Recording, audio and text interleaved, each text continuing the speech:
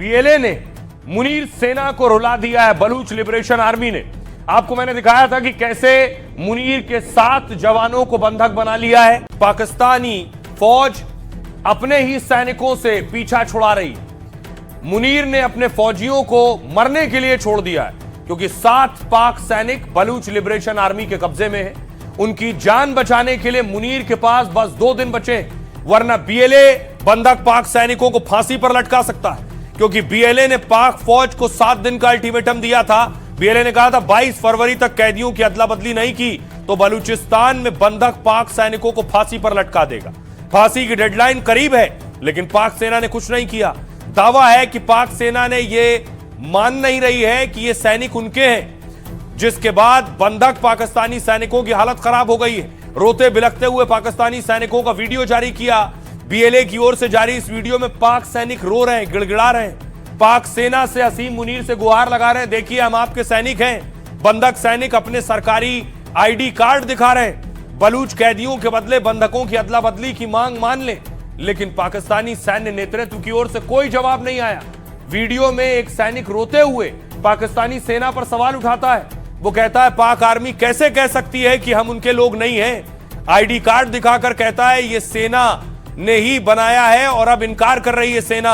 दरअसल बलूच लड़ाकों का दावा है कुछ दिनों में उसने 200 पाक फौजी मार दिए, लेकिन पाक फौज न ये आंकड़ा मान रही है न इन बंधकों को अपना मान रही है। सोचिए जरा, एक देश में सैनिक बंधक है, लेकिन फील्ड मार्शल कहां है, आर्मी चीफ कहां है। दूसरी तरफ पीएम आज फिर ट्रंप को नोबेल दिए जाने की पैरवी कर रहे थे, पीठ थपथपवा रहे थे।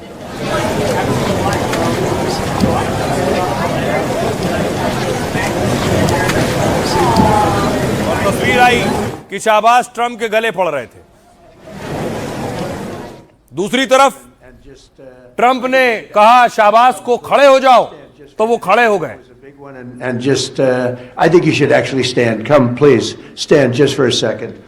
Pakistan and India, thank you very much. And I spoke to Prime Minister Modi. He's excited. He's watching us right now.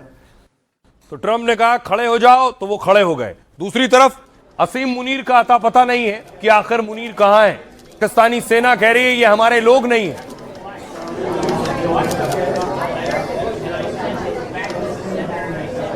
क्योंकि पाकिस्तान के जितने चीफ और जनरल रहे हैं, ये केवल खुद मौज करते रहे और सेना को मरने के लिए छोड़ दिया है, ये भी सच है। देखिए कैसे पाकिस्तानी फौज को मुल्क का सबसे बड़ा कारोबारी समूह भी कहते हैं, क्योंकि दावे के मुताबिक पाक सेना 100 से ज्यादा कारोबार चलाती है।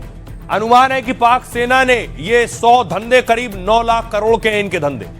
पाक लेखिका आयशा सिद्दीकी ने अपनी किताब में दावा किया है पाक सेना real estate, banking, dairy, cement समेत सारे धनी है।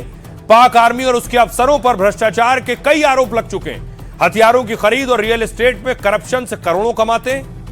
मुनीर की बात करिए, पाकिस्तानी फौज के मौजूदा मुखिया असीम मुनीर अरबों के मालिक हैं, लेकिन संपत्ति सिर्फ 7 करोड़ है, यही घोषित कर रखा है, लेकिन है कई गुना ज्यादा इससे, क्योंकि दावा है कि मुनीर करीब 100 से ज्यादा कंपनियों का मुखिया है।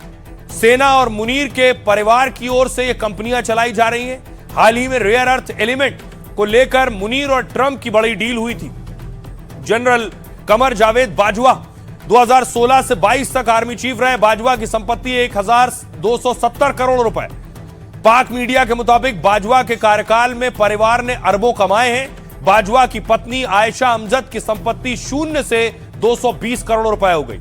बाजवा के बेटे और पत्नी के कराची, लाहौर में कई प्लॉट, घर और संपत्तियां हैं। बाजवा के बारे में भी दावा है कि उनकी लंदन और दुबई में कई संपत्तियां हैं। जनरल परवेज मुशर्रफ लंदन भाग के गए, वहीं मौत हुई।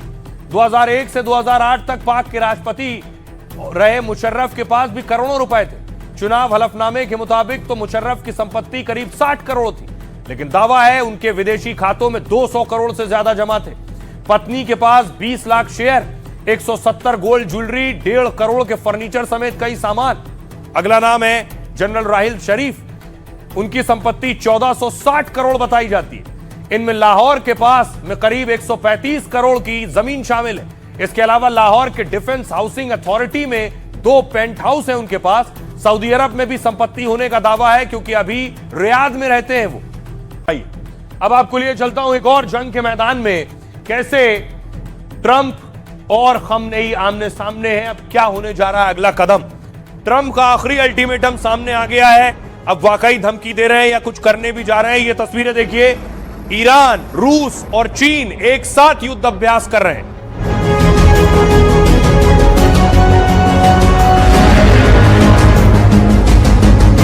सवाल यह है कि ईरान, रूस और चीन एक साथ युद्ध अभ्यास कर रहे हैं। क्या जंग की स्थिति में रूस और चीन ईरान का साथ देंगे?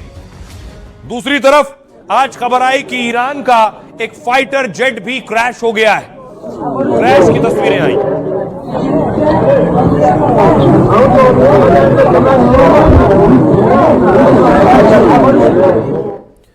ईरान से जंग की अटकलों के बीच ट्रंप का अल्टीमेटम सामने आया है। ट्रंप ने ईरान को 10 दिन का अल्टीमेटम दिया। अमेरिकी मीडिया ने पहले इसी हफ्ते हमले का दावा किया था। अब ट्रंप ने एक बार फिर ईरान को समझौता करने को कहा है। ट्रंप ने फिर कहा, ईरान के पास परमाणु हथियार नहीं हो सकता है, क्षेत्रीय स्थिरता को खतरे में नहीं डाला जा सकता है। ईरान को अमेरिका के साथ एक सार्थक और मजबूत समझौता करना होगा, नहीं तो उसे गंभीर परिणाम भुगतने होंगे। ट्रंप का अल्टीमेटम ऐसे समय में आया है जब अमेरिका ने मिडिल ईस्ट में जंगी जहाज और हथियारों की संख्या बढ़ा दी है। अमेरिकी नेवी एयरक्राफ्ट कैरियर कई मिसाइल से लैस डिस्ट्रॉयर पहुंच चुके हैं। अमेरिकी एयरक्राफ्ट कैरियर मिडिल ईस्ट के करीब आ गया है और अमेरिका के साथ ईरान भी युद्ध को लेकर तैयार दिख रहा है। परमाणु कार्यक्रम पर बातचीत नाकाम होने पर युद्ध के लिए तैयार है। जंग की आशंका के बीच ईरान रूस के साथ युद्ध अभ्यास में जुटा हुआ है। रूस ने भी साफ कहा है कि वो ईरान के साथ है, साथ ही चीन ने भी ईरान का समर्थन किया है। उधर खमनेई ने बातचीत के बीच अमेरिका को धमकी दी है। अमेरिका अपनी जिस सैन्य ताकत का घमंड करता है उसे एक ही झटके में धराशायी किया जा सकता है।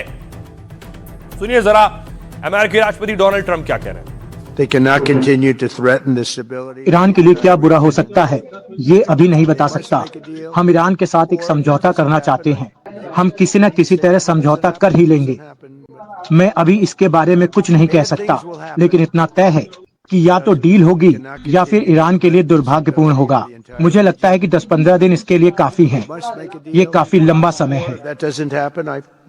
הגורמים הקיצוניים इजराइल पूरी तरह से तैयार है, किसी भी चुनौती का सामना करने को तैयार है। हम अमेरिका के साथ मिलकर काम कर रहे हैं। मैंने ट्रंप से ईरान को लेकर समझौते की बात कही थी। हम हर स्थिति के लिए तैयार हैं और एक बात साफ है, अगर खामनेई ने कोई गलती की, ईरान ने इजराइल पर हमले की कोशिश की, तो ईरान को हम ऐसा जवाब देंगे जिसकी कल्पना भी उन्होंने नहीं की होगी। הנשיא טראמפ तो अमेरिका पहले कह चुका है कि नेतन्याहू अगर ईरान पर अटैक करते हैं तो अमेरिका उनके साथ पूरी तरह खड़ा होगा।